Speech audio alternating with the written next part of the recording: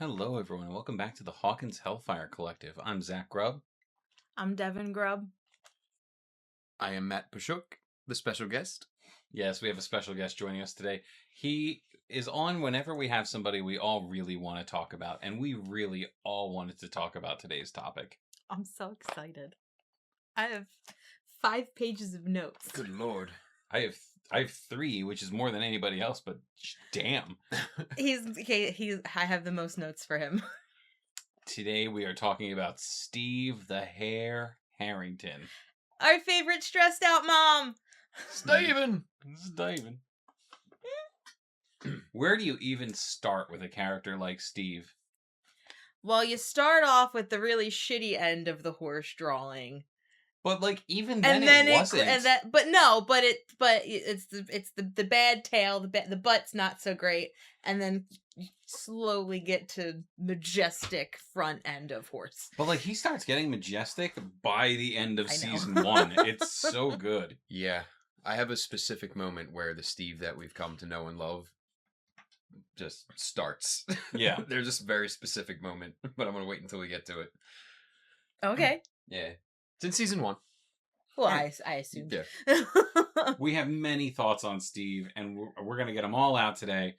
But we're going to start at the very beginning of season 1, the first time we see Steve. The first time we see Steve Hooking up with Nancy in the bathroom.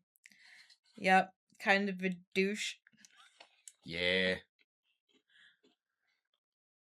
Yes, but also, I feel like right from the get-go, he was being played as somebody who wasn't going to overstep boundaries.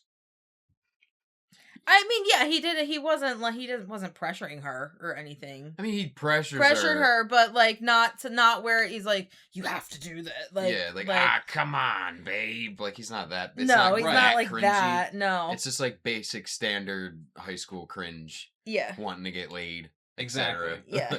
But I feel like in most shows like this or 80s movies, this character would be so much worse right out of the gate.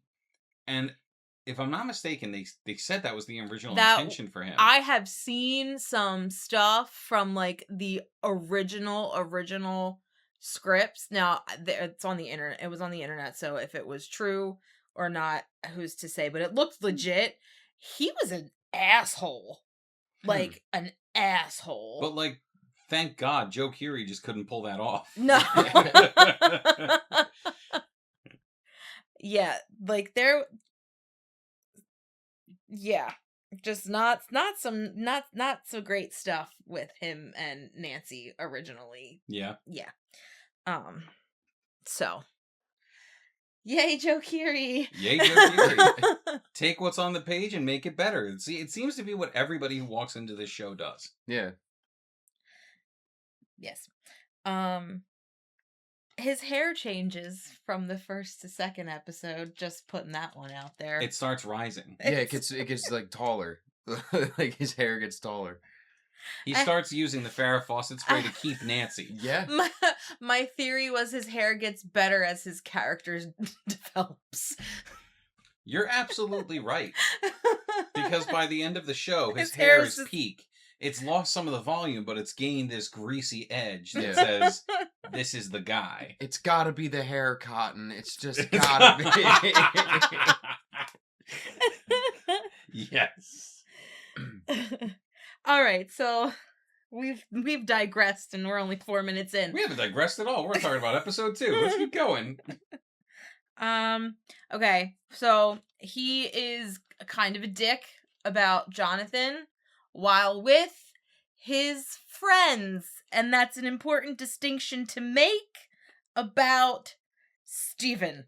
Even then, though, when they're having lunch together and they're talking shit on Jonathan, he sees Nancy uncomfortable. He's like, all right, guys. Well, no, that wasn't while they're having lunch. That's when they see him hanging up the posters, the will posters. Oh, and yeah. they're like, oh, yeah, blah, blah, blah, blah. And he's like, oh, lay off. Even though before he was kind of like, ooh, that's so sad. Yeah. Because he actually cares about Nancy. He does care about Nancy. It's, it comes forward that early in the show. Even though he pressures her a little bit. Just a little bit. Just a little bit. But he backs off. He backs off. He knows when to back off. When there's a boundary, he doesn't cross it. Yeah. Yes. So is this still all the second episode? All that stuff? Yeah, all this stuff happens in the second episode. Damn. Something that's douchey. He just lets her leave. Granted, she doesn't the morning after the party. Yeah. Now she doesn't tell him that she's leaving, but also he's like dead asleep. Like, I don't give a shit. Yeah. The man was sleeping. I give him a pass on that. I'm just saying, if we're trying to pinpoint different things, and that was just something that he could have made sure she got exactly, home safe. exactly.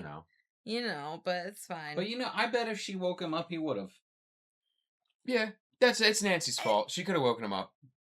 I didn't say she was in the right. Yeah, she could have woken him up. I have thoughts about Steve and Nancy. I don't ship them. Yeah, it's unfair to Steve. We'll get into it. I have thoughts.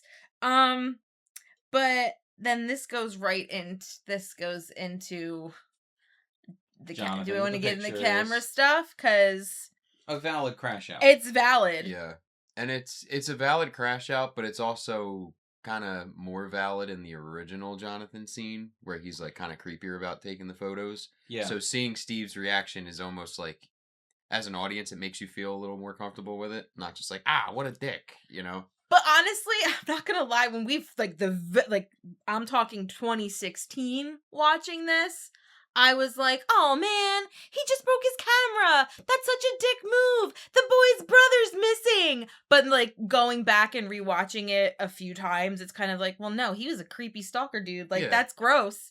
He should have broken your camera. Yeah, you're lucky he didn't punch you. It's like, are we supposed to like Jonathan? Because they make it kind of hard. It's the first few episodes. It's hard. It's a little hairy. Yeah, the lines are fuzzy, but absolutely valid crash out, completely warranted. I don't have a problem with it. Yeah, his friends are dicks about it, but like, yeah, they're like balls to the wall. They're like cartoonishly evil, while Steve is just an angry boyfriend. But this is right. But this is what I'm saying. Like the friends situation with Steve is a big part of why he is the way he is in season 1. Yes. Peer pressure. Yeah. But like he has the balls to do something about it when he but eventually when they cross a line. Yeah. But they let it, and he lets them cross it though. Because he's angry and hurt at the time. This is where he's more of a follower, less of a leader. He hasn't become a leader yet. Such a complicated character. He hasn't become a mother. No, not yet. So everything goes down with Barb being missing. He's more concerned with getting in trouble than anything else. Yeah. And that does not fly with Nancy. No. That's where the rift happens. Yes. Yep. My next note is that he gets his ass kicked every season. Yeah, he does. I love the Steve and Jonathan fight. Yeah. What episode is that? Am I jumping ahead? No, I mean that's kind of where we are. There's that's like the episode before the last episode of the season, or a couple episodes before. Okay. So it was the friends who put the stuff up at the movie theater about Nancy Wheeler as a slut. We don't know that Steve is the one who did that, but it makes it seem like it is. Mm-hmm. He let them do it, though. Yeah. He let them do it because he was angry, and then gets the shit kicked out of him by Jonathan. And that's deserved, because he crosses a line there. That's not... that's not influenced by his friends at that point. Like, he says really nasty shit about Jonathan. What was like the big thing? Didn't he say something about Will? Something about how he killed his brother. He said, yeah. He's like, with his father being the way he is, like it's no wonder, Will's missing and all this stuff. Like, so that's worthy of a puncher. It's worthy of a puncher too. Yeah. 100%.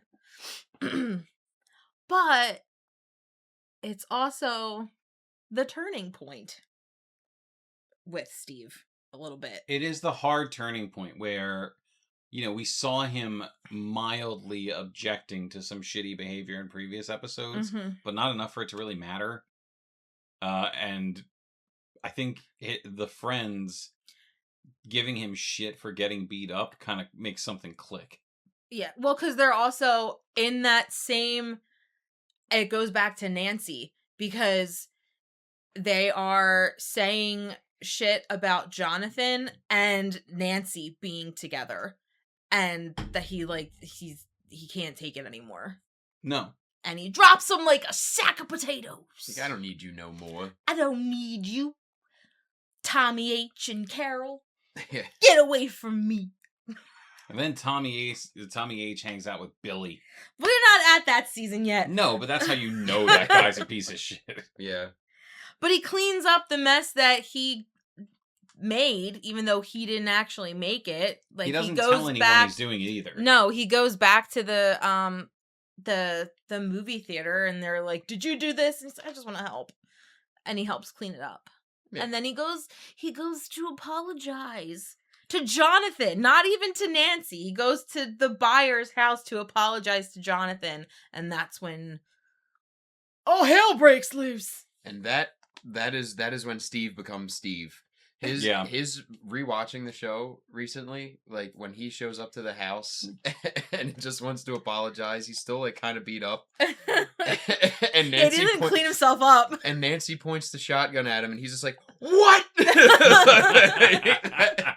I think that's when Steve was officially born. It's so good.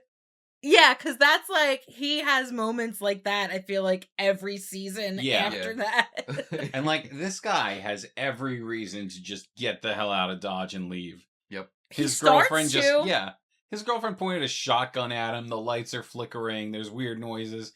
He's like, all right, I'm out of here. It's weird. They're monster, because he did see the Demogorgon. Yeah. Yeah. This the weird monster thing he's never seen before. I'm just gonna get the hell out of here. Doesn't he save them at that point? Doesn't he like whack? He goes out, and then he sees the lights start flickering, and he goes back in, and that's when he picks up the nail bat. Yeah. And does that bat flip. Yeah, the flip with the bat is like the best. Yeah. So good. One of the best choreographed scenes in the entire show. It's so good. And he beats the shit out of the Demogorgon. And is then thrust into this world that we all know. Yep. Poor Steve. Poor Steve. Poor Steve. He didn't ask for any of this. No, not really. Just kind of fell into his lap a little bit. But you know what? That's when you step up. And Steve stepped up. He did? Yeah. And he continues to step up for 4 more seasons. Yes. Yes. So I guess we're jumping on to season 2 now? Yeah, let's do it. Okay. What do you have first? Oh, you know what? Before that, we should mention the last scene of season 1 with him. Oh. Where, it's revealed that he and Nancy are still together, and they bought Jonathan a new camera. Yes. Like, the final olive branch has been extended. Yeah. Like, my bad. I hope we're cool now. And when Nancy sits down, he's like, "Did he like it?" Yeah. It's like a reveal that he was part of it. Yeah. I like that. It closes the circle. And that's the only time that Steve and Ted are in the same room together. Good. Through the whole series? For the entire series. Yeah. It's the only Never thought time about that they are ever in the same room together. Just a funny little tidbit since we talked about Ted a while back. It's also funny, you never see Steve's parents. They're like this looming thing in his life, Well, he mentions them in the first season about but that's why he has the party, because they're away his dad's away on a business trip and his mom doesn't trust him. So like, I feel like you're meant to think that like they're not there a lot. Yeah, he's kind of left. On his own a lot. And then he's more or less forced to they force him to get a job in season 3. Yeah. Well, he has that whole conversation with Nancy in season 2 with applying to colleges, because he wants to go to college, but he's also kind of like, well, I don't know why I'm even going to try. I'm just going to, wind up working for my dad anyway. Yeah. So season 2 opens up. He is head over heels in love with Nancy. He and Jonathan are cool. Are they? In season 2. Well, he thinks they are. Right, because they're not like. He is completely comfortable with Nancy spending time with Jonathan in season 2. Yeah, Jonathan's just not cool with it. Also, remember, we're gonna get there, but the whole incident at the party, Jonathan says that Steve is the one who asked him. Right, and I believe that. I don't know. Which moment? We're gonna get to it. It's in this season because I don't know. I'm on the fence because we don't have fully developed Steve just yet, so I'm kind of on the fence a little bit. Barb dinner. Yeah. Before the Barb dinner, they have that whole conversation where. Yeah. He is trying to be practical about the government stuff that they have going on, and he feels like he is protecting Nancy by telling her, like, look, we cannot keep pushing this and being involved. Yeah. Like, he thinks he is protecting her. Really, he's just making her angry. Yeah. And then Barb dinner. Barb dinner. Finger looking good. This is finger looking good. I love the Colonel. Like, what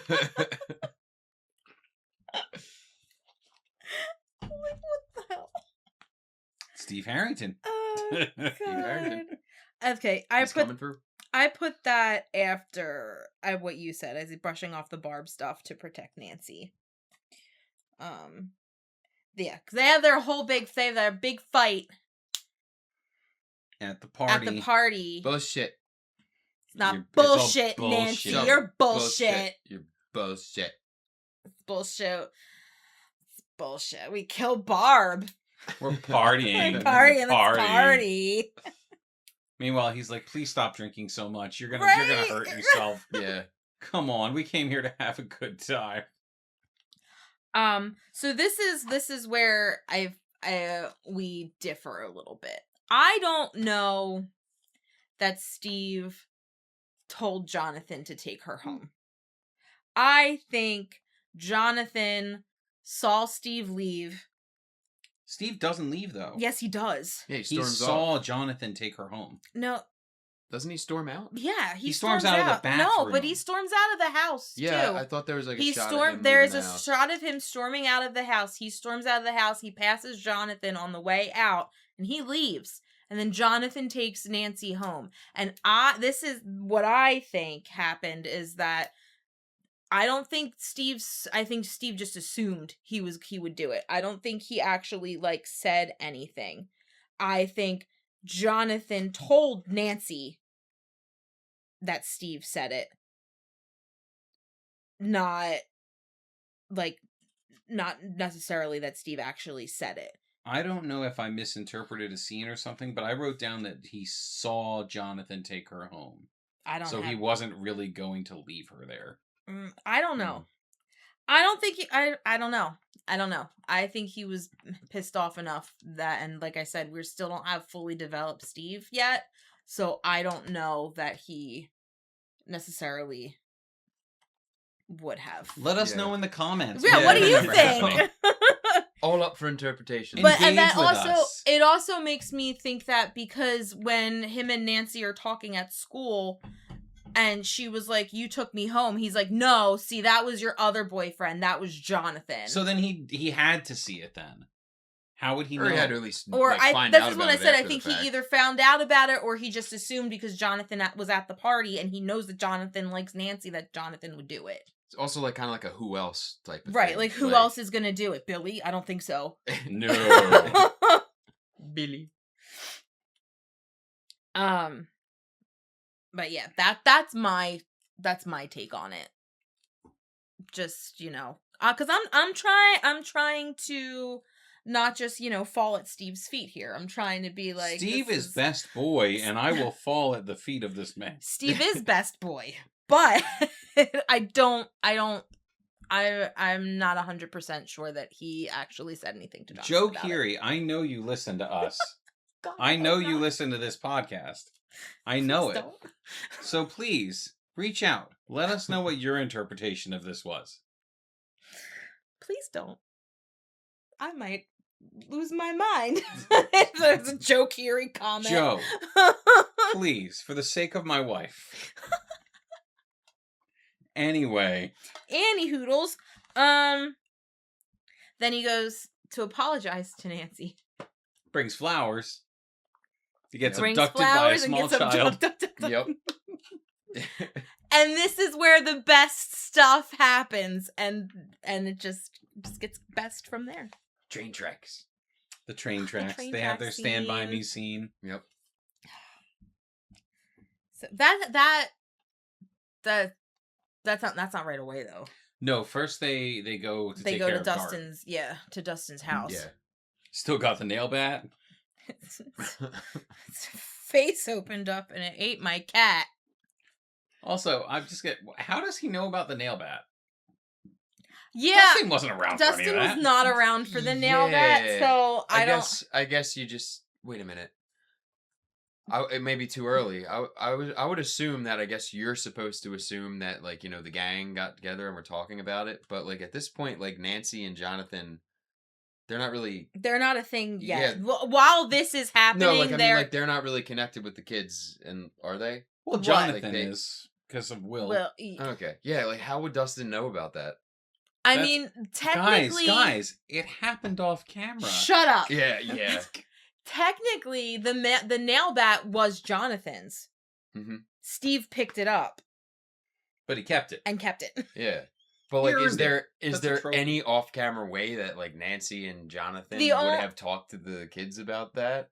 Like Zach said, the only thing would be if like Jonathan, talked to Will, like, oh, this is what we did to fight the Demogorgon. Yeah. Like, I had a nail bat. Yeah, Steve kicked his ass with a nail bat. With a nail bat. Harrington picked up my nail bat. Yeah. But then, yes, we have the train track scene where he gives Dustin advice. Little love talk. Love talky talk. And, like, Dustin is, like, just soaks it all in. Dustin is so enamored by him. Like, stars in his eyes for Steve. But weirdly, Steve doesn't take that lightly. No. Like... No. He doesn't write this kid off. No. Mm-hmm. He talks to him. He actually talks to him, which, like, as a 16-year-old? How old is Steve? 17? Steve in this season, Steve is like probably 17, almost 18, because it's his senior year. It's his senior year. Like a 17-year-old talking to a 12-year-old. Yeah. Who he doesn't know. Barely knows him. He has every reason to just be like, okay, kid, sure, whatever. And he actually engages with the kid. And this is where he learns his talent. Yep. To teach the youth. Well, he's ready to protect them right away. Like, when they're at the junkyard. Even this random girl. Right, well, that's what I said. I put, he barely knows all of the, you know what I mean? Like, it's not, like, I'm sure he knows of them. Hawkins is a small town, but, like, it's not like he's, like, in their group or anything, but immediately protects them and is, like, gets in front of one of these demodogs to protect Max, who he has no idea who she is. He has no idea she's Billy's sister. No, she doesn't. She's this random girl, and he is willing to take a demodog to the face for her. He's being a mother. Yeah, he's mother henning. Mm-hmm. And then he's talking, like, he realizes that's the girl Dustin's got a crush on. Yeah. And, like, when Dustin's being kind of a jerk to her, everyone else leaves, and he's like, that's good, just keep giving her the cold shoulder. His advice isn't always good, but he's always sincere. He means well, yeah. Yeah. What did I say? I said he has any excuse to throw himself in the fire. Dustin thinks it's cool. Dark. Yeah. Like, he managed to kill a demodog. Because Max is like, he's insane. And Dustin goes, he's awesome. Yeah, that's when Dustin starts to fall in love with him. Just throwing himself into dangerous situations. That's when that starts. He's like, I already fought a smaller one of these. I'll be fine. A bigger one of these. I'll be fine. I can take 4 of the small ones. Sure. And then an even harder battle. He protects his kids from Billy. Well, he has his little conversation with Nancy before that happens. Yeah. Oh, yeah, go for it. Where basically, he's telling her that it's okay that they're not together. And that's when he has his, I might be a shitty boyfriend, but I'm a pretty damn good babysitter. Yes, you are. Yep. Yes, Don't you have a shirt that says "Damn Good Babysitter"? I do, and it's got Steve on it holding his nail bat. That was the very first Stranger Things shirt I ever bought. Mm-hmm. And this is when he does the whole. This is the first mom moment too, because he throws the towel. Over the shoulder. Oh, yeah. And the hands on the hips, which is like his signature pose throughout the rest of the show. Oh God. Good Lord. So, and yeah, then he protects them again from Billy. He would have won that fight too. We talked about this in the Billy episode. Steve would have won that fight if he didn't fight dirty. Yeah. He was winning. But I think Billy was still inside his head from that shower scene where he's just like staring right at his penis. I think that was like the mind game that Billy was playing with him, and he just psyched him out for the fight, and he was just inconsolable. I mean, if he didn't start hitting him with dishes, he was holding his own. He was ready. He was taking Billy on for Lucas. He messed up Billy's face. One of his nuggets. He did. He punched him in the face. He made his nose bleed. Took Billy off guard. Hit him a couple times, and then Billy's like, "Oh look, Mrs. Byers drying dishes. Let me throw a plate at your face." Yeah, Steve was fighting like a man. Billy was fighting dirty. Dirty. Like Billy. Billy's not a man. He's not. Max got pretty damn close to making sure he never would be. What else do you have? I don't have anything else. I mean, he protects them again going through the tunnels. Oh my God. So yeah, he does. He protects them through the tunnels, but even better, he wakes up concussed in his own car. In his own car with Max driving. Yep. No. With children's Band-Aids on his face. Yep. Because they took care of him. That's why I had Cabbage Patch Kids Band-Aids as one of the clues for today's episode. Shout out to Ham Radio. After the first guess, you got it right. Yep. It's my girl. But yeah, and then he tries so hard to keep them out of the tunnels, but he could barely stand up. He's like, I've made myself clear. Like, dude, you can't, you're leaning against your car. But then like 2 seconds later, he's like leading them through the tunnels. Yeah. Like, I'm fine. I'm not sure. Not so sure. Man, what's in those particles? Get your... You know what? Like, this is just an aside. How much brain damage does Steve have once this is all done? Because he's taken a lot of hits to the head. Constantly. A lot of hits to the head. It just makes his hair taller. Yeah. Maybe that's why his hair is getting taller. There's just so much like hemorrhaging going on. That's just his skull under there. Like, it's gross. Yeah. Oh, Jesus. It's like a Looney Tunes cartoon. It's just a giant lump that's just going. Good Lord. Oh my God. Is there even... Oh, you know what? There is an ending bit for Steve in this season. It's him and Dustin. Yeah, in he the drives car. Dustin He takes to prom. Dustin... No, it's the snowball. It's the prom for the snowball. It's the prom for 12-year-olds. Yeah, he takes him to the snowball. And like just that happening, I feel like Steve's probably like taken him to school and like done stuff like that. Mm-hmm. It's just cute. And the pep talk. Oh my God, the little pep talk. Dustin does the little ground. It's like, don't do that. Don't do that. Don't do that. But like, you look good. You smell good. The hair looks great. You look like $1 million. You look like $1 million. And like while he said, Dustin's just like, yeah. He's hanging on. Yeah. He instills confidence in that kid, which kind of turns him into an asshole. But like, whatever. What, Dustin? Yeah. Yeah. Well, He gets an inflated ego from Steve. But that's okay. But it's lovable. He needed someone to talk him up. Yeah. He did. And he found it in Mama Steve. Mm-hmm. Mama Steve. And Steve sees Nancy go into chaperone and drives away, knowing that he missed his chance. Respectable. Yep. Oh. Season 3. Employment, Part 1. Yeah, from this point on, Steve is always employed. Yes. Yeah. This is my favorite job of Steve's. This is... Steve Jobs. Stevie Jobs. Yeah, like, the more we talk about season 3 with all of these characters, I feel like the more it's pushing me to be a bigger fan of season 3. I knew you'd come around.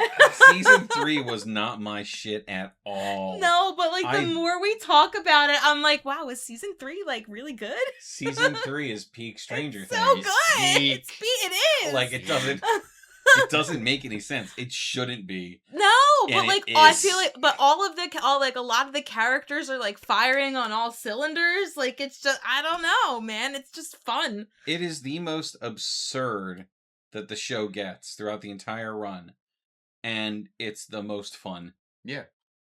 So fun. That's always been my argument for season 3. I know, but like I feel like in so many other shows, when you lean that hard on the silly, like it can ruin the vibe. Yeah, and I feel like I let that affect how I watched season 3 in the past. Yeah, well, because it's not like it's jumping the shark. Like it's not. It's going just far enough. But like it felt like it did to me back in the day by literally turning Hopper into Magnum PI.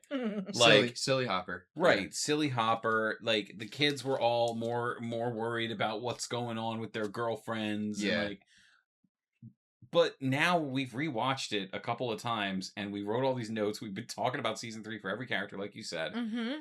And I keep coming back to, this was perfect. Yeah. Why? Like nothing about this should have worked. It really worked. And like I'm just thinking about the stuff that we're gonna talk about with like Steve and with like Scoop's troop and everything, and that was like ridiculous, but so good, downright stupid, and it was great. So the first thing I said is that he's not used to getting shot down because he's trying to flirt with all the ladies who come by for ice cream, and it's not working. I think the uniform is a big hindrance. The uniform That's what does he not says. help. The hat's messing up his best feature. Yeah. Which is also like, I think I brought it up like every time we talk about season 3, but like the fast times at Ridgemont High. Mm-hmm. Yeah. It's what's his face? Always forget the actor's name. Neil from the Santa Claus. Oh, Judge Reinhold? Yeah, Judge Reinhold. Like, his character, it's the same thing. Like, oh, I gotta get a job. And, like, he has to wear, like, this pirate uniform the whole thing. Mm-hmm. And so it's like, I feel like that's a clear homage. Oh, probably, yeah. But, yeah, it's like he's losing his confidence. He can't show off his hair. He's got to wear a little sailor outfit. Like, I'm gonna sprinkle this in there, too, because we did just watch Stranger Things Tales from 85. Okay. And we've been told it's soft canon. I think that just means it's not, honestly. But what does that word even mean anymore with Stranger Things? I know. Nothing. But we get a little bit of Steve, and it shows us out of the gate that he's messing up dates because he's still hung up on Nancy. Yeah. So I think we can reasonably assume Steve having issues with the ladies picks up right after season 2. Like, it's not just... yes, it's the uniform. Oh, I can... Yeah. He's having issues even before clearly. That. I can see that. And we can also... We'll get into that because there's some stuff with his, his coworker in this season that I have notes about. I don't know if you have notes about it. Oh, I do. Yeah. He's super happy to see Dustin. Henderson. Yeah.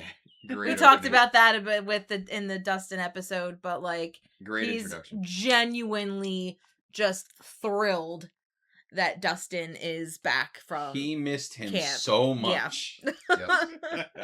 He was so excited. Like they were my best so friend excited is home. to see each other. Like it wasn't just like, oh yeah, the 14-year-old is so excited to see his big friend. No, his big friend was just as excited to see him. And it's like, because Steve's in hard times a little bit, you can tell, for the summer. Like, he's got a shitty job, he's striking out with the ladies, he's single, and then just the light of his life rolls back. Yep. He's like, yeah, we're back! We're back! We're back!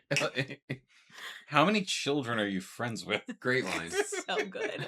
Don't listen to her, she's... But then it gets into the stuff with the Russian code, and he's intrigued when Dustin brings it up. He is. Yeah. And my note here is that no one listens to Steve, but he is more in tune to everything than people give him credit for. Are we skipping straight to the music? Oh, well, do you have an I also talk about that. Go for it. So they're in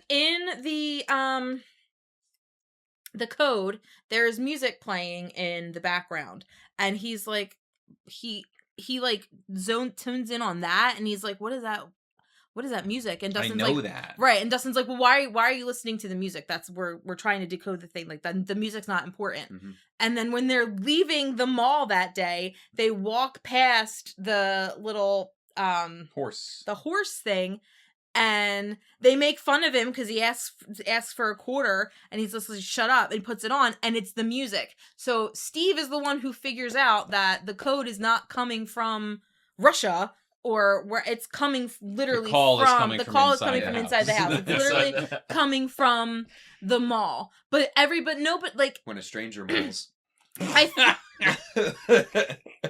Sorry. It's okay. I just feel like everybody, they write Steve off as like he's not super smart. He's he's a pretty face. He's just worried about the ladies, but he actually is smart. They're still like seeing him as season 1 Steve. Right. He's like, and nah, he's man, like, no, he's not. But Steve plays an integral role here. In a room full of people who all think they're the smartest person in the room, Steve is the only one with common sense. Steve is the only one sitting back and like paying attention to the details that they think are unimportant. Yeah. Because they're locked in on how they think they should be going about things. Mm-hmm. Steve is open to the world. It's why he grows as a character in the first place. Yeah. Yeah. What else you got? Bunch of stuff. I got so much stuff. I have more stuff too, but I didn't want to just... so many notes about Steve in this baby. I do have so many notes about Steve. I just didn't want to skip something if you had something to say. So after that, he and Dustin are like staking out the mall. Okay, see, I didn't have any of this. He starts ribbing them in a very loving way. Talking to you, roast beef. That's not when they're at the stakeout, isn't it? No, talking to you, roast beef is when they're going down the thing. Oh, okay. You're right. Yeah. Yeah. I guess during when they're doing the stakeout, when they're doing the stakeout, which I love them like hiding in the little plants. Oh my god! No, Dustin picks up the phone. Hello, yes. How are you? But Steve just like stands up against the window, like. That's not hiding. That's not hiding, Steven. Like, that's when Dustin starts getting on his case about Robin. Yes, that's that whole thing. He tries like, but he kind of it gets to Steve a little bit. Because why wouldn't he listen to his favorite boy? Yeah. Yeah. Yeah. So cuts him a little deep. Dustin is trying to essentially convince Steve that he's got a thing for Robin, or should have a thing for Robin, because Robin's cool. Robin is cool. In this season. And half of the next season. She's the most cool this season. Yes. This is her best season. Yes. First season, too. It's also her first season. Yeah. Yeah. I had no problems with Robin when they introduced her. I had none. And her and Steve, like, great in this season. They're employment buddies. Mm-hmm. Her mania really kind of, I think, is what turns a lot of people off in seasons 4 and 5. Because there's because shades of it in season 3. This is not our episode. It's such a shift. I know it's not our episode. It's such a worth shift in the talking library. Yeah, that's all I'll say about that. Oh, the library with Nancy. Yeah, it's like, oh, we have a new Robin, and there's also no Steve in that scene. So no. So yeah, and then they have their little stakeout on the roof, and then touch my butt. I don't care. Push my butt. My next note isn't until he's all tied up. Oh, so I know I have that he wins his first fight.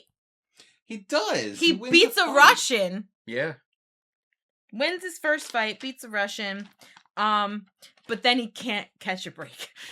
No. You gotta try USS Butterscotch. It is out of this world. This poor okay, so like I'm just gonna say this in general, or I'll say it before we go to the next season. Forget it. Okay. Yeah, can't catch a freaking break. Like literally gets his face rearranged. Yeah. They beat the ever-loving shit out of him. Yeah. Mind you, he's only like 18 when this is happening. He's 18 years old, and the Russians are like, this guy is a trained government spy. Yeah. Okay. This guy in the dorky little sailor outfit. Oh, he's a threat. Talking about how good ice cream is. Come on. Who do you work for? Scoops ahoy! Ay. You put your base under a mall. You had to assume that somebody was going to wander down there eventually. And also, don't you have a log of like all the stores and employees, etc.? Like, this is Russian intelligence. Come on. They do. They have to. The code is literally like stores at the mall. Yeah. So they should know, but sense of disbelief. Scoops isn't on there. It's the Silver Cat. Scoops is American owned. Oh. A trip to China sounds nice. And Silver Cat feeds. There's nothing about Scoops there. Nothing about Scoops. Nothing about Scoops. Yeah, you're right. Nothing about Scoops. Nothing about Scoops. So they're that's they're the Americans that they want to get. The teenagers who scoop ice cream. Ahoy hoy. That's all right. And then they get high. Because they get truth serum. Yep. There's no such thing as truth serum. So it's truth serum. So it's truth, right?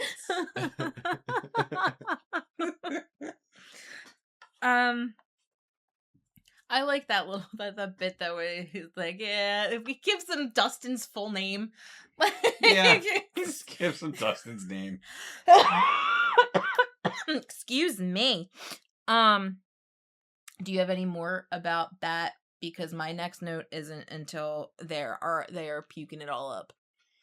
I mean, there are some great scenes of them just being like incredibly high together. He and Robin in the movie theater. Yeah, Back to the Future. I think that was his mom. Wait, what? What? No, they're trying to get back to the future. I'm gonna be sick. Oh, it's so good. Even if I think they leaned on Back to the Future a little too heavy, like that scene kicked ass. It's so fine. It's all right. It works. Yeah, it wasn't. The only bit I didn't like was having the actual theme, like the theme play over Dustin getting that call from Mike. Yeah, where it was like when Doc picks up the walk, he's like Marty, and then da. Like I didn't like. That didn't feel good. It's cheese. But now it's like more fluff. But now that we've been over season 3 so many times, it feels like a minor gripe in a sea of great season. But it belongs. It belongs. Yeah. You want to get it? So my next note I'm letting you is lead. You're gonna okay. the turlets. I mean, this is my thought because when they're having their little heart to heart, he's kind of like essentially telling Robin that he likes her. And my thought is that he, first of all, he obviously listened to Dustin. But he's never just been friends with a girl. So he kind of doesn't know what it's like when feelings are just friendly, and he's mistaking the friendship with Robin for more than what it is. I think he sees that they're compatible. He sees that compatibility, but after Robin tells him, well, and then she, like she he tells him understands that this compatibility doesn't have to be romantic, right? Well, and he doesn't care that Robin likes girls, and I put instead of him being hurt that she doesn't like him, he takes it as an opportunity to make her feel better about, that he doesn't care that she likes girls and that Tammy's a dud. Because Steve Harrington, he moves right over that. Mm-hmm. Yeah, it's not a glaring issue. It's nope. not an issue. It's just like, oh, okay. No. Ew, her. Right. Ew, her. Like a bro. Yeah. Because he's a good person. Because Steve Harrington is a king among men in the 80s. In the 80s. Yeah. Like, Robin being terrified to tell him this is completely justified in the time they're living in. It's completely irrelevant, but do you think that if Robin was into dudes, do you think they would have ended up together? Or do you think they still just would have been friends, like, oh, I don't see you that way, kind of they thing? probably, I mean... The show would have put them together, I would hope so, Duffs. Yeah, I think so. Because that would be weird. That would be weird, just, like, adding a whole other relationship in there for Steve. I don't know, like, the triangle's enough. Like... Mm-hmm. I think we would have lost out on the entire Steve and Nancy's side of the story from seasons 4 and 5.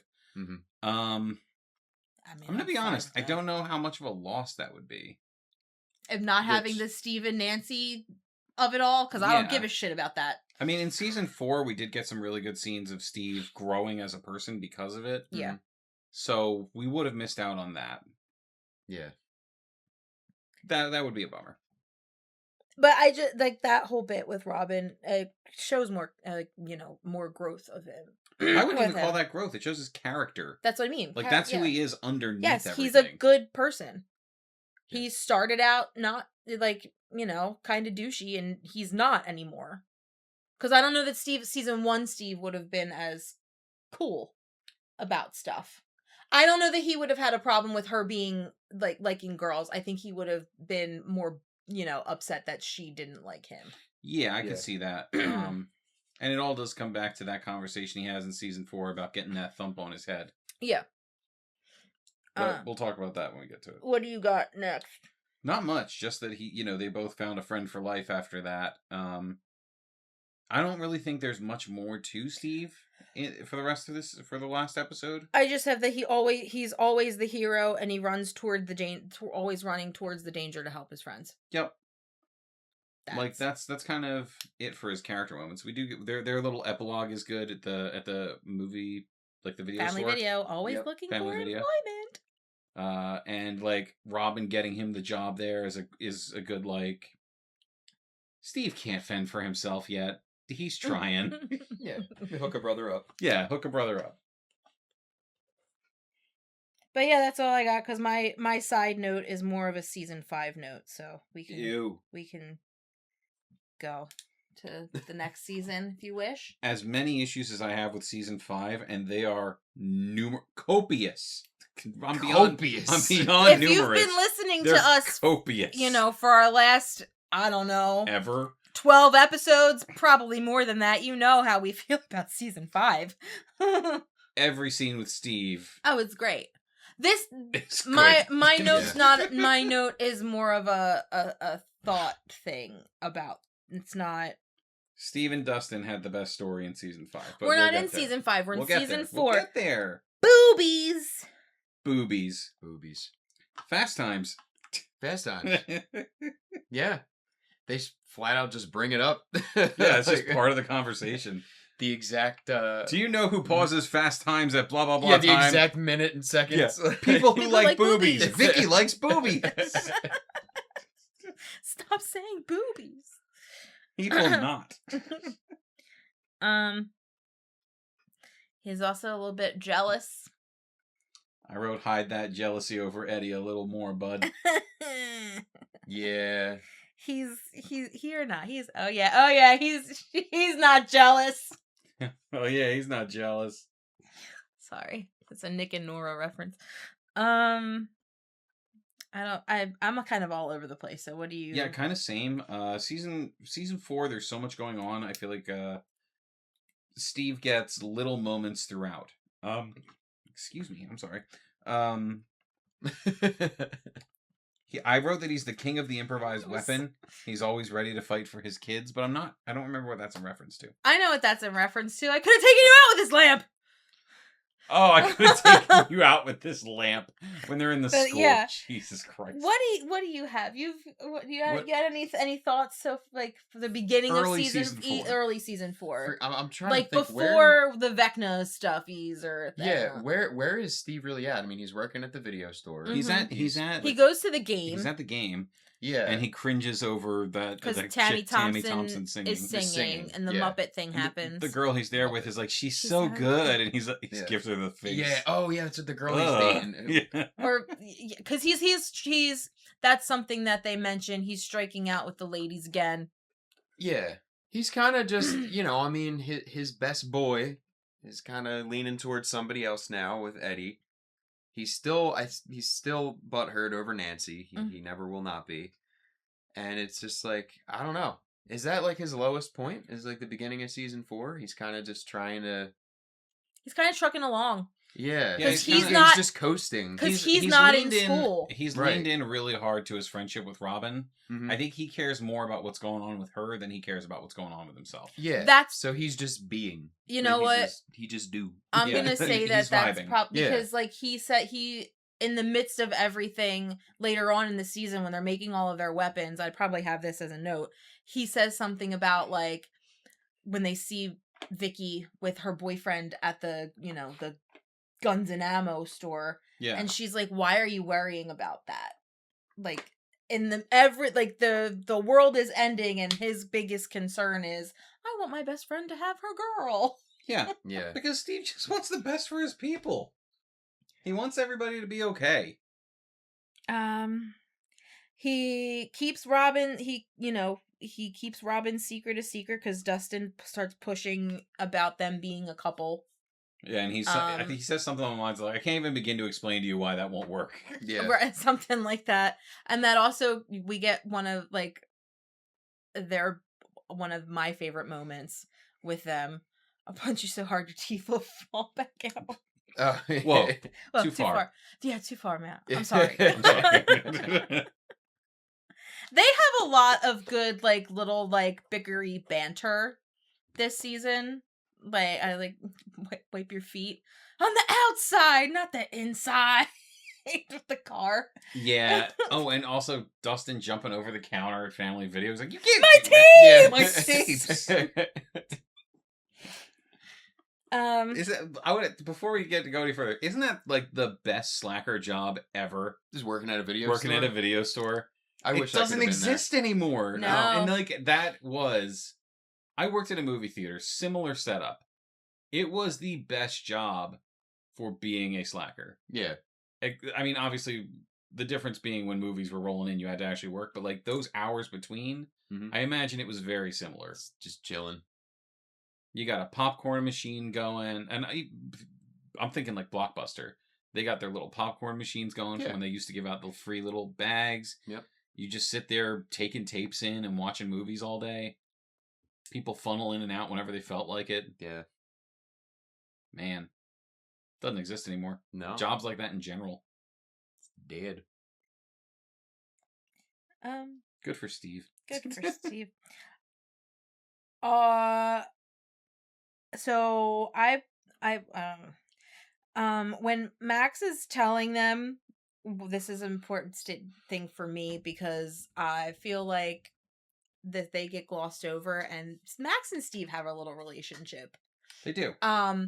He almost looks distraught when she is telling them that she's essentially marked for Vecna. Yeah. Because he's the big brother that she deserved. He stepped up. That's my thought about them. He's a mom to his nuggets. He's a brother to Max. And a brother to Dustin. Yeah. He gets a letter. He gets a Max letter. He does. He's the only one of the, older kids cast to get that a letter. Gets a letter. he's also the first one to go when they're at the cemetery. Well, yeah, when she's getting Vecna, he's like, she's been taking too long, and Lucas is like, no, just give her a couple more minutes, and he's like, no, she's had enough time. She can get a lawyer. I'm going to get her. Yeah. So she would have been Vecna the first time around if he didn't run. If he didn't get right. I wrote after that, Dustin doesn't appreciate that Steve has practical intelligence. He just needs to be pointed, in the right direction. What is that in reference to? Because I have something like that too. During the argument about how to get to Skull Rock. Oh, because I always finds important stuff after Dustin isn't asked to him. Wait, with the compass? When they're looking for the rock? I think that's what I was referring to. Because yes, or is it when they're looking at the Creel house? Does he find something in the Creel house? He finds the weird, creepy spider room. He does. He finds the weird, creepy spider room. And that ends up being very important. Yeah. So maybe that's what I was referring to. But either way, Steve finds things and people need to stop being so mean to him about it. Yeah. It all goes back to season 3 with the music. Yep. Like, he's got hunches. And his hunches are often very important, just not in the way he thinks they are. Like, okay, and then you get Nancy getting the spider web off of him. Yeah. Let's build a little romantic tension. Ew. Yeah. My eyes are rolling. I'm sure they can hear it right now. But then, we've got them going to Skull Rock. Steve knows he's right, that they're heading in the wrong direction, that they're going in the right direction, that Dustin is wrong. And he hates how Dustin can't admit it when he is wrong. And he's right. Dustin has become kind of a monster in terms of, I am right all of the time. Yeah. He's a know-it-all. Yeah. But it's not fun anymore because he's not a precocious little kid anymore. No, you're in high school now. Tone it down, dude. You're using faulty equipment. That means you're wrong. He jumps into the lake to find the gate. Into the water. Into the water. And then we get shirtless Steve. Max with the best binoculars. Max. Yep. Let me see. Let me see. And Lucas and Dustin look at each other like, what the fuck? Girl doesn't give anything up either. She doesn't react. She's just watching. Just watching. I feel you, girl. What? No. I'm just being honest. No horny. And then he gets attacked by demobats. Yup. They bite up his belly. Yep. Yeah, do they now? They bite up his belly. Yeah, they just give Steve a couple pecks as opposed to others. Just little love kisses. Yeah. I mean, to be fair, there was 3 of them as opposed to a 1,000. Yeah, a bunch. Yeah. I jest. I make jokes now. That's all. They're only half joke. But okay. Anyway. Anywho. Next episode starts up. Everybody comes in and gets him out of that situation. He starts tearing into these things. He bites the head off one of them. Wow, you got really into that. Because that was awesome. And Eddie calls it out. He's like, "It's a great Ozzy moment." Yep. Ozzy Osbourne. Nah. Well, him and Eddie have a heart-to-heart about Dustin and Nancy. Yeah. He basically tells him that Dustin worships the ground that he walks on, and he's jealous of that. Yeah, Dustin said you were a badass, insisted on it. And they're both jealous of the relationship that the other one has with Dustin. And then he also talks to him about Nancy and is basically like, she didn't hesitate. She jumped right in after you. She loves you. But also, God, I hate how much they set this up. Yeah. I hate it. Yeah. They did too much. If they wanted us to just sit with it and be on the fence and have it go in one direction, why did they spend so much time building up the fact that Nancy still had feelings for him in season 4? Because that's what they did. That was the acting from Nancy. Like, they throw it out in season 5 along with so much other stuff, but like, they spent such a significant chunk of season 4 building that relationship back up and making it clear that while she is definitely not completely on board with everything he wants, she still has feelings for him. Mm-hmm. And those are gone when we come back to season 5. Yeah. Well. Stop leading my boy on. Yeah. I have my next note isn't until the Winnebago, so I don't know if you have anything. That's it, actually. I'm in the same boat as you. I didn't really call out anything until then. It's his tone, right? No. His yeah. What do you have for the Winnebago? That's when he has his speech to Nancy about 6 little nuggets. 6 little nuggets. Oh, yeah. If only I had some practice. Yep. Just a tease. He deserves those 6 little nuggets. And then the next thing I have is what we kind of already talked about it with everything going on. He's worrying about Robin and her feelings for Vicky. Yeah. Because I mean, I think for Steve, that's what it all comes back to. It's not about saving the world for him. It's not about, ending the threat. It's about making sure that his people are okay. Mm-hmm. He's a protector. Right. Like, I feel like a lot of other characters are all about how we have to do this to save the world. We have to stop Vecna to keep the Upside Down from invading. And Steve's whole motivation is like, I want to get us back to a normal life. Mm-hmm.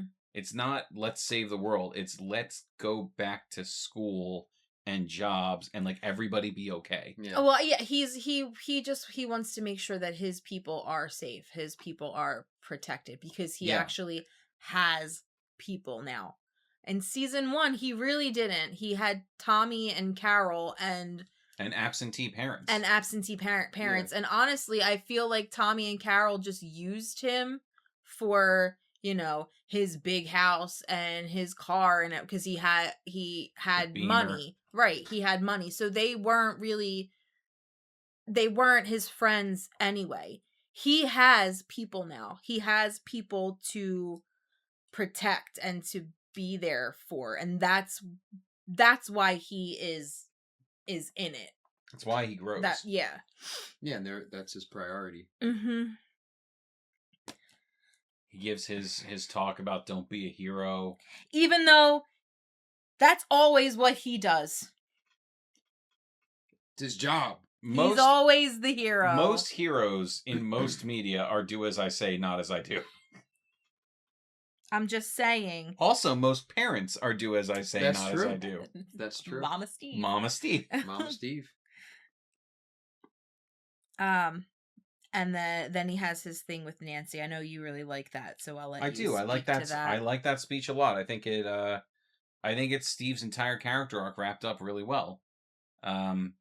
He talks about getting thumped on his head when he was a little kid. He crawled backwards until he fell down some stairs and got a thump on his head, and then he figured it out after that. And he applies that to Nancy. Like, she gave him the biggest thump of his life, and now he's learning to... That line, I'm learning to crawl forward slowly, that is Steve as a character. That is who we've been witnessing through through seasons 1 through 4. And I love the fact that not only does he understand it, he can acknowledge it. Yeah. Like, he is self-aware to a point where a character like Steve typically isn't, and it makes sense. It's not the writers nodding at you through the TV. It all feels natural for him to be coming out and saying this, especially to Nancy. Also, not only that, like, there's no strings. Like, he's essentially telling her that he loves her, but like he loves her, but he expects nothing. I'm not expecting it. I'm not expecting it to be reciprocated or for you to for this to happen. That's healthy. Like, I need to say this to you for me. you don't have to do anything with this. I would love it if you did. That's not your responsibility. But I have to say this. Man is standing up for himself, saying what he needs to say, and accepting the consequences no matter what happens afterward. King Steve. King Steve. Yes. That's Steve in season 4. I feel like there's not much more to that. From there it's the fight with Vecna, it's action scenes. Yeah. Nobody addresses what happened to Eddie until season 5, so like that doesn't come into play. Oh my god. Yeah, that just kind of gets swept under the rug for the rest of season 4. Yep. And I think even when they go to help out at the shelter, he's happy for Robin. Yeah, he's happy for Robin, and that's like the last we see of Steve. Yeah. He's just out there doing good. Mr. Munson. Oh my god. Yup. Oh. So sad. Where's Eddie now? Oh my god. What's wrong with you? We're talking about Steve. He started it. You didn't have to engage. I did. I feel like our special guest hasn't had much to say. No, it's fine. You're basically covering it all. I don't just want to glaze over Steve the whole time. Like, what else is there? What else is there? That's kind of the... Yeah. I mean, Season 5. All right, so we said this earlier, and I'm gonna stick to it. The best parts of season 5 all involve Steve, and I want us to try an exercise for the rest of this episode. Okay. One that we're going to fail. All right. Probably immediately. What's your challenge? My challenge is we don't go off on the things we hate about season 5 and stick solely to the things we like involving Steve. It's difficult. But my side note. If you have a side note, if it's a side note, can it be? Can I say it after we've? If it's Steve related, go for it. Okay, because it is Steve related, but it's not. It didn't happen yet, so I'm not. Okay. I don't want to say it yet. So, Steve is unconsciously in a pissing match with Jonathan. That is one interpretation, I think. It's a little bit, but it's not as important to him as it is to Jonathan. I agree. Because when they have a whole conversation about it, and it really comes across to me as Jonathan having an issue with who Steve is as a person. Yeah. It's the race up the tower, to me, once Jonathan started doing it, then it's like, okay, well, no, I have to try to beat you because that's competitive nature. He's competitive. Yeah. But like initially the start for me is like, no, well, this is the radio tower at the radio station where I work at, so I should be the one to climb the tower to try and fix it. Like if you guys weren't here, I would be the one doing it. But I'm not doing it to try to get the attention of Nancy. I'm doing it because it's my job. And Jonathan's like, well, now you're trying to get Nancy's attention. I have to race you. I'm going to do it. And then it becomes what it is. And it's kind of like that the whole time between the two of them. For a while. And I'm already pushing myself not to break this. Don't do it! I was going to say, this doesn't really sound like a thing we like. But it's part of this. It is directly related to Steve. I think that's fine. I so badly want to get into the character assassination of Jonathan, but I'm not going to do it. It's not Jonathan's episode. I'm not going to do it. He does later, but later on he does call Jonathan out on it. And he's like, you need to stop being so focused on me and focus on Nancy. Yeah, he does. Maybe then you'd see why that she's not happy. Yeah. Yep. Because he actually they find out about what happens to Holly and Nance and Ted and Karen, and he's like, should we go to the hospital? Should we like, should we see if she's okay? And Jonathan freaks out on him and he's like, I'm not trying to get your girlfriend. She's my friend and has a family tragedy has happened. I want to check on my friend. Stop being so concerned about me. Yeah. Yep. And it really does come down to Jonathan just projecting his insecurities about his whole relationship onto Steve. Yes. Trying to use a scapegoat for the situation. Yeah. Which is incredibly fucked up and not something Jonathan from earlier seasons would do, and I'm going to stop talking. That's how this is going to go. And I'm going to stop talking.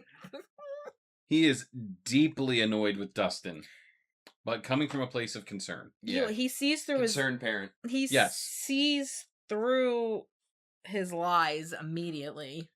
When your big brother knows what happened. When your big brother knows you're being picked on at school, he wants to do something about it, and he can't if you don't talk to him. Mm-hmm. So talk to him. Yep. Also, don't try to kick the crap out of him while you're talking to him. That didn't happen yet.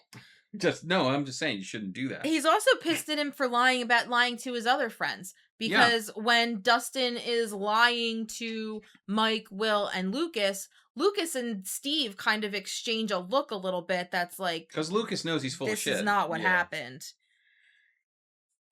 Also, something that goes along with what happened in season 3, Steve's kind of consistently right about everything, and nobody takes him seriously because they think he's stupid. Yep. Based on like the analogies or the word, like his wording of things, they don't take him seriously, and it's like, no, that doesn't make any sense. That you're wrong. I'm like, this annoyed the crap out of me when he's trying to take stuff out of the radio station van so they can put the transmitter in there. Mm-hmm. And Dustin's like, the van's going to be too heavy even if you do that. It's like, dude, he's doing something. Trying. Yeah. Like, what are you doing? Nothing until you decide to ruin the beamer. Yep. Ugh. So mean. Yeah, I actually wrote the same thing. Steve is consistently right this season. Mm-hmm. In like every situation he's in, he is correct. Yep. Which is wild. Like, Steve is way smarter than anybody gives him credit for. We've said that a couple of times now, but like, I don't think he's ever been that consistently right. Even like driving the car into the portal. He's like, yeah, this is gonna work. Gonna work. We got this. They don't think it's gonna. They just think he's being stupid. And you're doing it because Nancy wants you to do it. No, I'm doing it because this is what we need to do. Right. My next thing isn't until the Dustin and him fight. That's probably what I would have the most. Same. About. So this is my thought, and I'm gonna say the thought. My thought. Do we wanna let our guest weigh in on this first? I mean, go for it. On the fight. On the fight. I mean, mine is why Steve is acting the way he is a little bit. Well, because he's prying Dustin because he's concerned. Like it never comes from like a place of malice or like him being a dick just for being a dick's sake. And also, when Dustin loses it and tries to fight Steve never throws a single punch. I have that, I think we may have talked about before. Mm-hmm. But it's like, it just goes to show you, like, he doesn't want to hurt the kid. He's genuinely concerned for what's going on in his life right now, and he's shutting everybody out, Steve included. And it takes them having a fist fight and then the moment on the stairs for it to really come out. I like the fact, I love the fact that Steve does not fight back. No. He is constantly diverting him, pushing him to one side, pushing him to the other. Like, it's all to get him to not hurt himself. Yeah. He is on the defense, not the offense. He does not want to hurt Dustin. Dustin's already hurt. He doesn't want to, make it any worse. Now, saying what he says about Eddie, and that's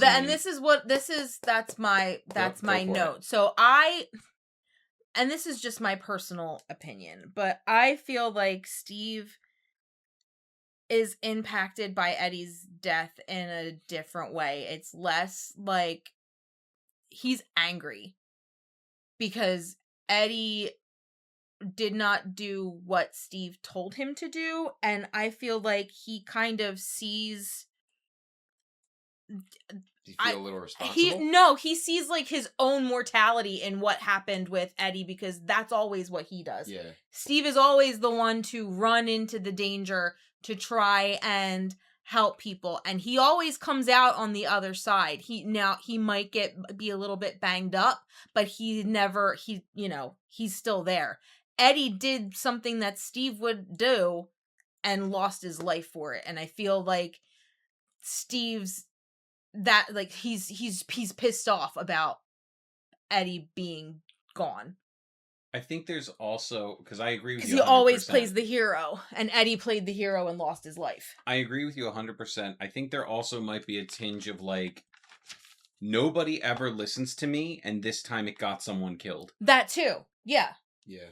Like, there is frustration. He's frustrated about it, and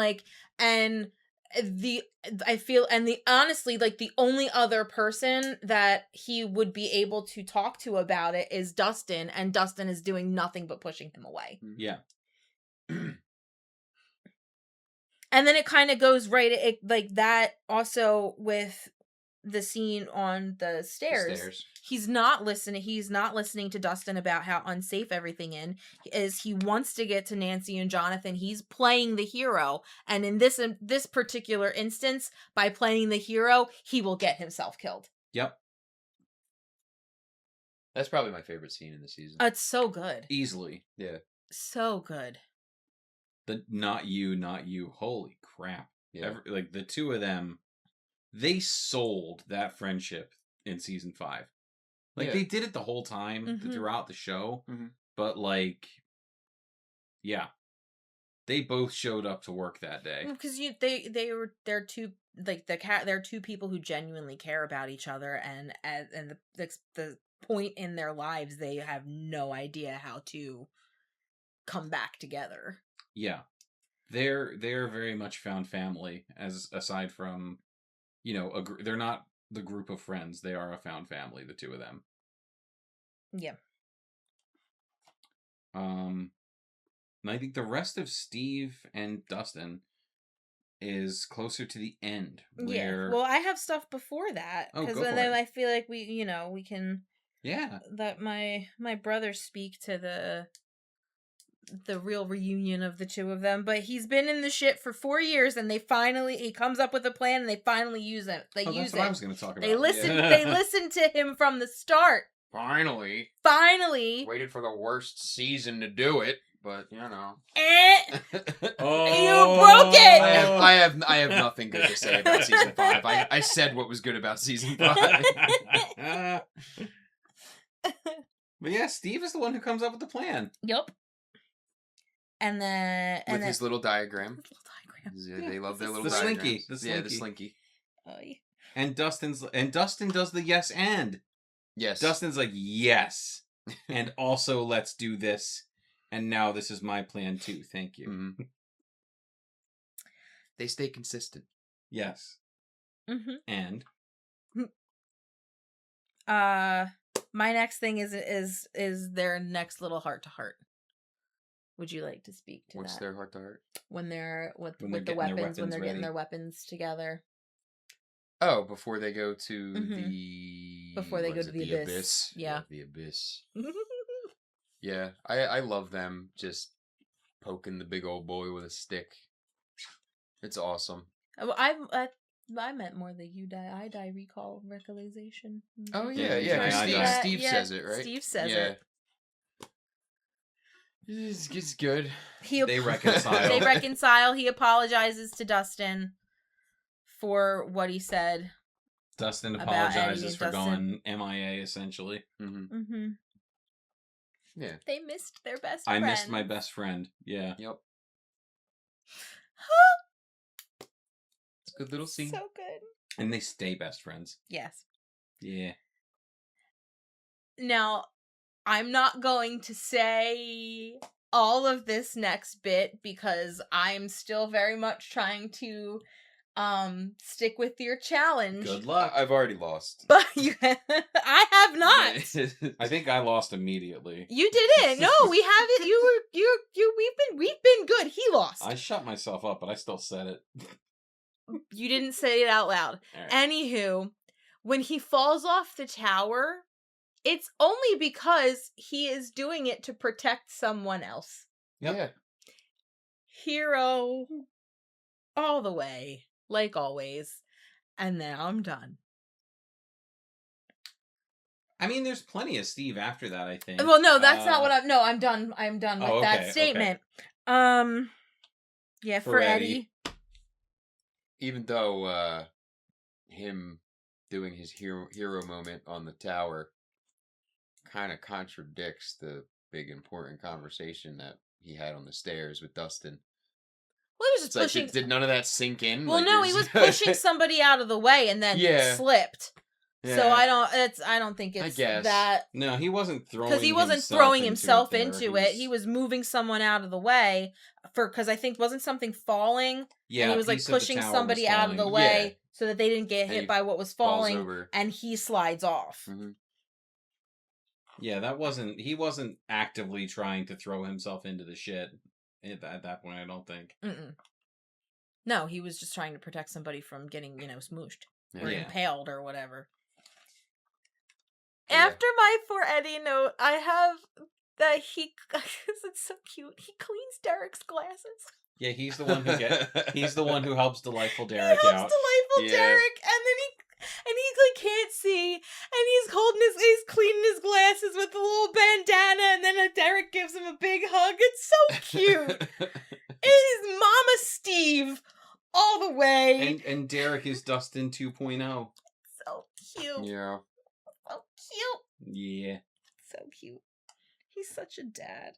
And then, we cut to the future because he doesn't really have anything to do after that point. I do, but I want to interject my side note. Yeah. So I understand that when they kill Vecna, they're flashing all to people that have, some kind of trauma related to Vecna. However, Steve and Robin have trauma as well. And it bothers me that it just kind of gets glanced over because they were kidnapped and tortured by Russians at the age of 17 and 18. And it's just, okay, we're fine. I mean, Vecna actually messed with them off screen. That all happened off screen. Okay, I believe it. I mean, honestly, though, in season 4, he did strangle them nearly to death in a wall. Steve got attacked by Demobats. He got attacked by bats when he first got there, and then the 3 of them were all strangled in the Creel house. So why? You see, Joyce forgot that Steve was also tortured by Vecna. But it's not. It wasn't Joyce. They were giving everybody was getting like a little pan shot of how Vecna had affected them in some way. And Robin and Steve forgot that he was affected by Vecna. I'm not saying anything bad about this season. Robin and Steve just didn't get that, and they have trauma too. They're not just in it for funsies. And I see so many people saying that, or they're just in it for fun. Like, no, that might have been how it started out, but that's not how it is now. Yeah, not and at all. It's like what we were talking about earlier. Steve is in it to protect his family. He didn't have people before, and he has people now.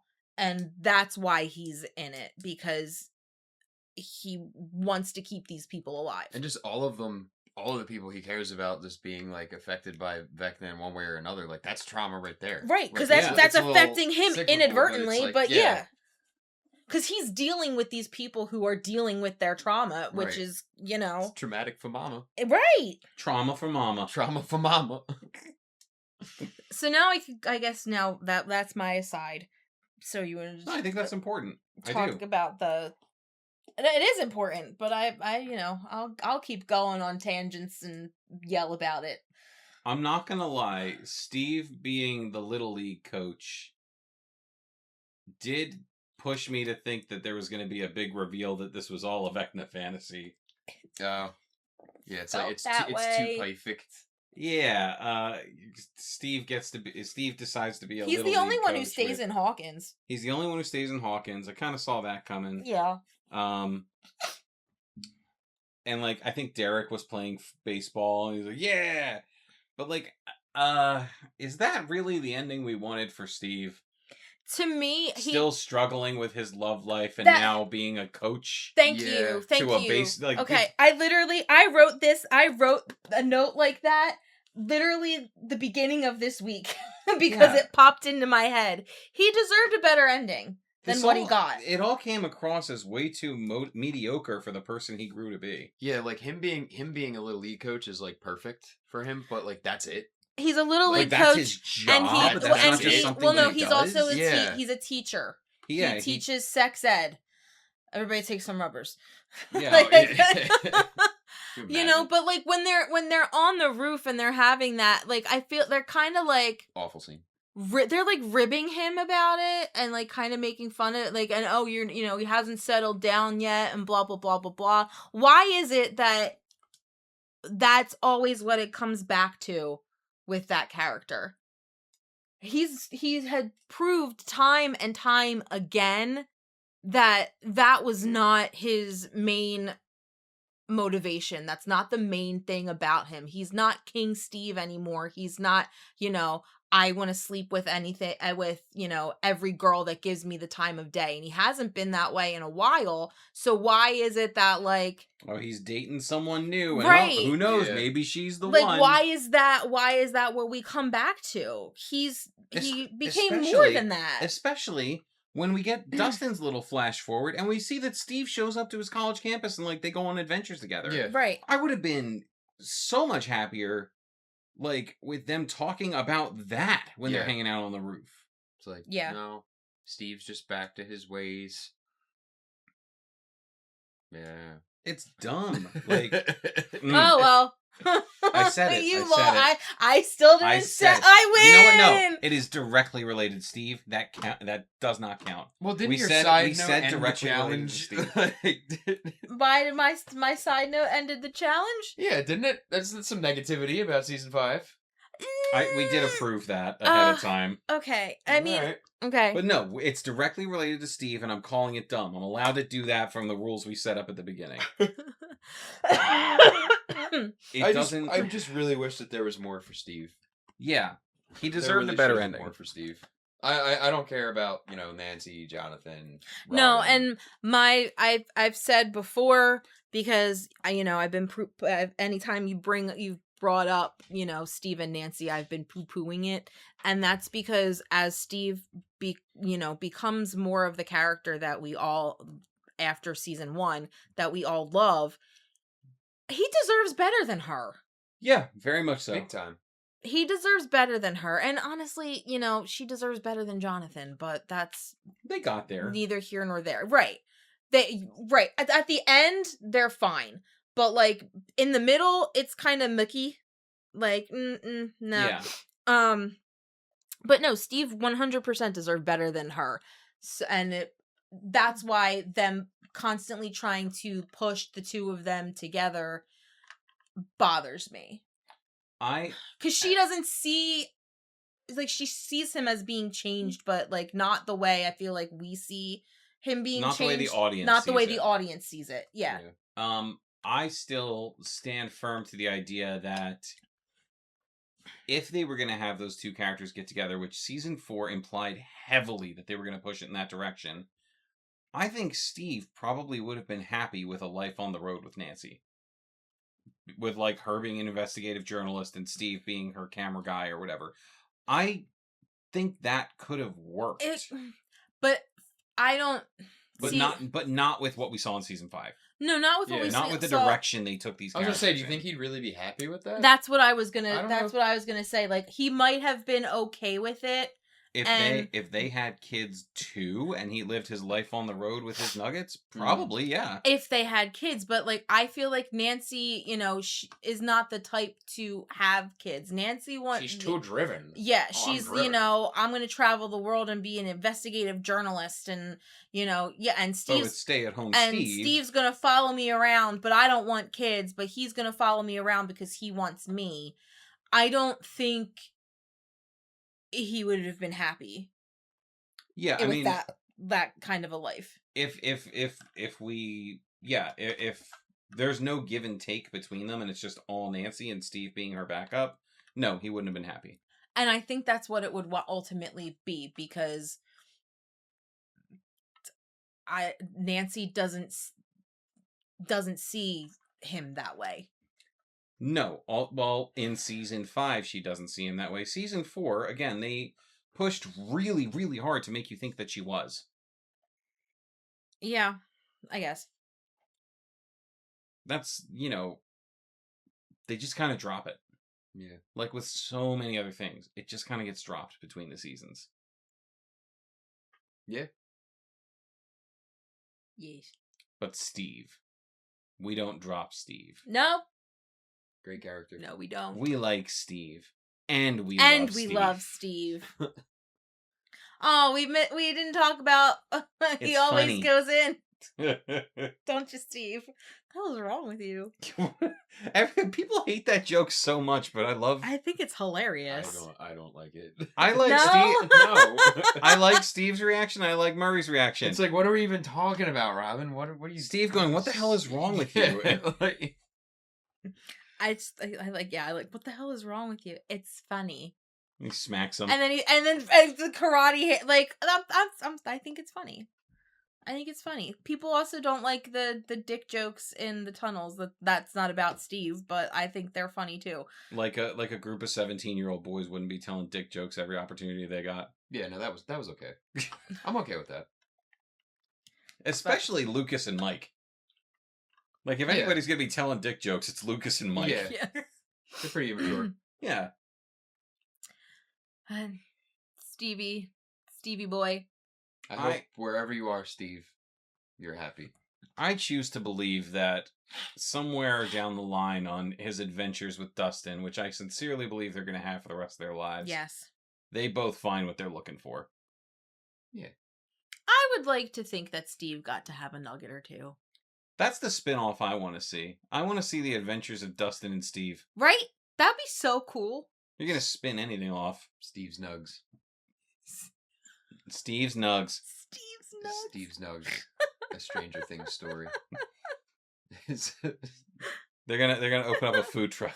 Yeah. I got my nuggets. Oh God. Dustin in the back cooking fries. There's something deeply wrong with you, man. Okay, I just something, it's related to Steve, but when Nancy and Jonathan are having their breakup bit and she tells him what he says, they like make fun of Steve about the nugget thing. Like him wanting to have 6 little, like, that's not cool. They're not his friends. No. Yeah. That's not okay. Like, he told you that, in confidence. Yeah, she was a heart-to-heart. There was a heart-to-heart between the two of them, and now, you're gonna go behind his back and make fun of him to your soon-to-be ex-boyfriend. Like, that's not all right. It's okay, because she thought she was gonna die. Sure. Anyway. Just disrespect just our another boy. Reason why I don't ship Steve and Nancy. Disrespect our beautiful baby boy. I will not take Steve slander in this house. Off topic, but on topic. I got her a Joe hoodie for Mother's Day. Yeah, it's comfy. It's a new favorite hoodie. But Joe Curie? Yeah, his band. Oh. Also, okay. I accidentally had it shipped to the wrong address, and they were on it.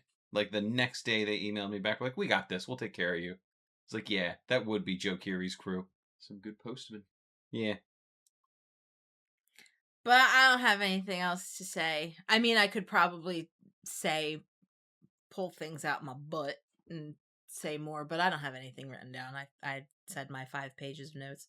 He's just a great character, very consistent. Mm-hmm. Always, a little rocky in his introduction in season 1, but he builds, he stays, he climbs, and then season 5 happens. But he's pretty good in season 5. Yeah, there's nothing wrong with him in season 5. It's just, his ending could have been just a little more, you deserve better. He deserved better. Yeah. But him being a Little League coach is awesome. But that should just be like the cherry on top of whatever his cake is. Right, like he should have he should have like this great job. Not that being a teacher is not a great job. I don't misinterpret what I'm saying. But like, I don't know, they're like, "Oh, you're teaching, yeah, it comes with the job." So your job is the coach and your side job is teaching? Oh, I think it's more like the gym teacher who teaches sex ed, that kind of thing. Okay. Take some rubbers. You will get pregnant and die. Now everybody take some rubbers. That's Mean Girls, if you aren't sure what we're referencing. These people have to know. I was gonna say, I hope so. But if anybody happens to listen to all 1 hour and 35 minutes of this,